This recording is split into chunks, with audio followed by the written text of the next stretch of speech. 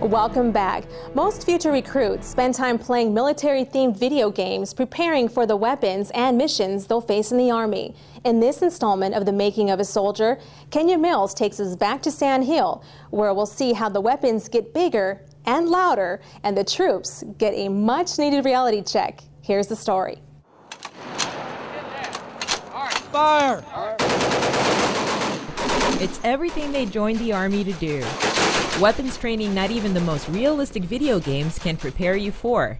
And this is how it all begins. Palm facing skyward, pull to the rear. Observe. Compared to the video games, all you gotta do is pull the weapon out of your back and start firing. Push the charge handle back into the forward and lock position. Not as easy as just flipping a button on your controller, but it's a lot more fun. With your non-firing hand, place the weapon on safe. Return the charge handle forward. There's more to do than just fire. So it's really complicated. Hold the weapon like this. It's complicated. That's an understatement. You will not hold it like this. The basic training troops are now learning the reality of firing some of the Army's most complex weapons. Do not forget to lift the feed tray. Because in reality, it takes multiple steps to properly operate any one of these weapons. Most weapon systems is usually about, I would say, an average of 10 steps to it. Because you have everything from clearing, reassemble the weapon, function check the weapon, how to load and unload that weapon system carefully. Close it. The brass will go towards the grass. In just 2 days, these troops are learning to fire a vast array of the Army's heavy weapons, like the M240 Bravo medium machine gun, the 50 caliber heavy machine gun, the Mark 19 grenade launcher, the M249 squad automatic weapon, and the AT-4 light anti-tank weapon. That's 5 weapons in 2 days. Is everybody tracking? And that's just a fraction of the weapons training experience here at Army Basic Training. Well, this week it seems like it's been the longest week. We've shot so many different weapon systems. Yesterday we shot the, I don't know what it was. Trying to remember the first class, because I got 2 classes back to back.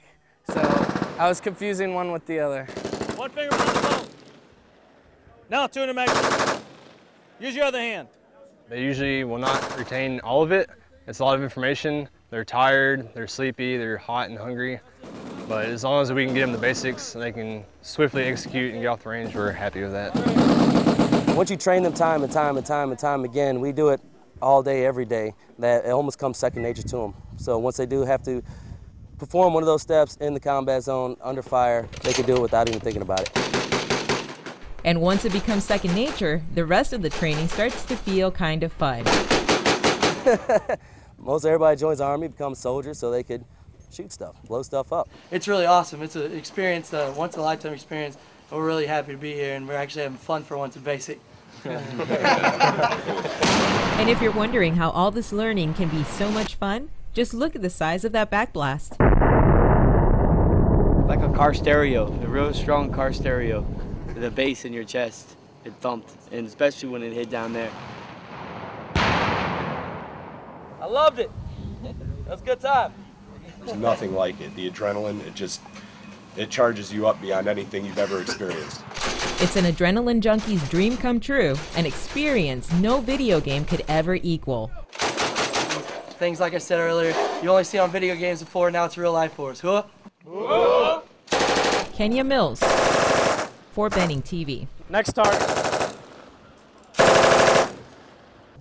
And if you thought those weapons were intense, on the next episode of The Making of a Soldier, the troops learn how to throw a smaller weapon that packs a lot of punch. Make sure to tune in.